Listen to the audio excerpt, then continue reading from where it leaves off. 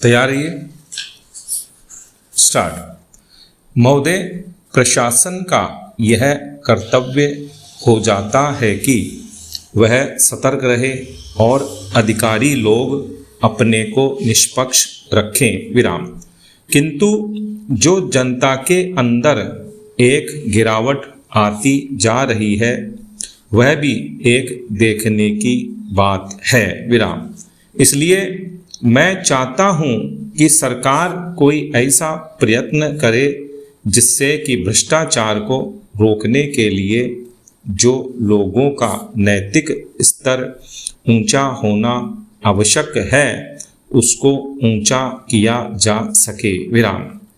उसके लिए जो भी वह कर सके करे विराम। मुझे कहना तो बहुत कुछ था, लेकिन चूंकि मेरा समय समाप्त हो गया है मैं अब और कुछ नहीं कहूँगा विराम। पैरा। महोदय, इसलिए मैं माननीय रक्षा मंत्री महोदय का ध्यान इतिहास की उस चेतावनी की ओर दिलाना चाहता हूँ कि हिमालय की चोटी पर जिसका अधिकार रहा है उसका गंगा और यमुना के मैदान पर भी अधिकार रहा है विराम। हम इस आशा में नहीं रह सकते कि हम दुश्मन को हिमालय की चोटी से उतरने दें और फिर मैदान में उसका मुकाबला करें विराम।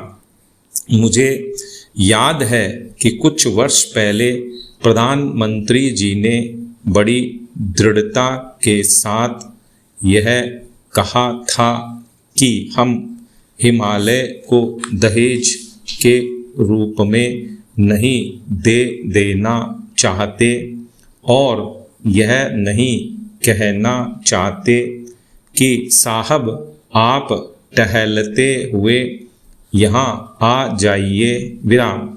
हम नहीं चाहते कि वहाँ पर कोई मुकाबला ही न हो विराम। मैं समझता हूँ कि अगर किसी भी सैनिक अधिकारी के दिमाग में अभी तक यह भावना है कि हम हिमालय की ऊंची चोटियों को छोड़कर नीचे मैदान में आकर युद्ध लड़ेंगे तो उनको भ्रम में नहीं रहना चाहिए विराम। यह एक घातक बात होगी, एक आत्मघाती नीति होगी विराम।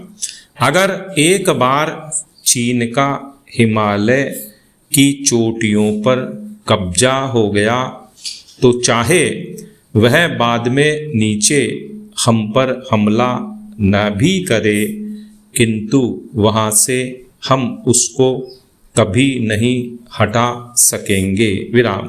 इसलिए इस संबंध में स्पष्ट निर्णय किया जाना चाहिए विराम। पैरा। इसके बाद मैं मध्यवर्ती क्षेत्र के बारे में कुछ कहना चाहता हूँ विराम।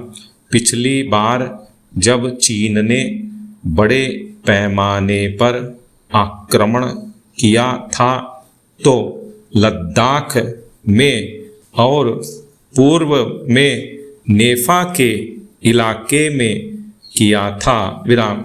मध्यवर्ती क्षेत्र में मिडिल सेक्टर में लड़ाई नहीं हुई थी विराम, लेकिन मेरा अपना अनुमान है और बहुत से लोगों को इस बात की आशंका है कि अगर अब कभी चीन ने दोबारा हम पर आक्रमण किया तो वह मिडिल सेक्टर में करेगा विराम। इसके कई कारण मालूम पड़ते हैं विराम।